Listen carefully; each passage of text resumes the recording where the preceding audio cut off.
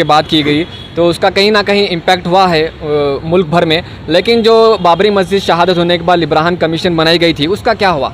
Liberhan commission हम लोगों को नज़र आने वाली सिर्फ लिबरान कमीशन नहीं है।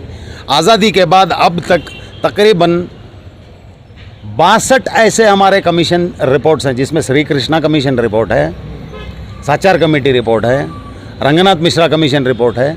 सोचने वाली बात यह है, हर कमीशन की रिपोर्ट को जैसे सबमिट किया गया, वो सबमिट होने के बाद उसको टेबल पर डिस्कशन को नहीं लाया गया। और टेबल को डिस्कशन में नहीं लाने वाले कौन थे? बीजेपी नहीं थी, कांग्रेस थी। तो कांग्रेस की गवर्नमेंट में बाबरी मस्जिद शहीद होती है।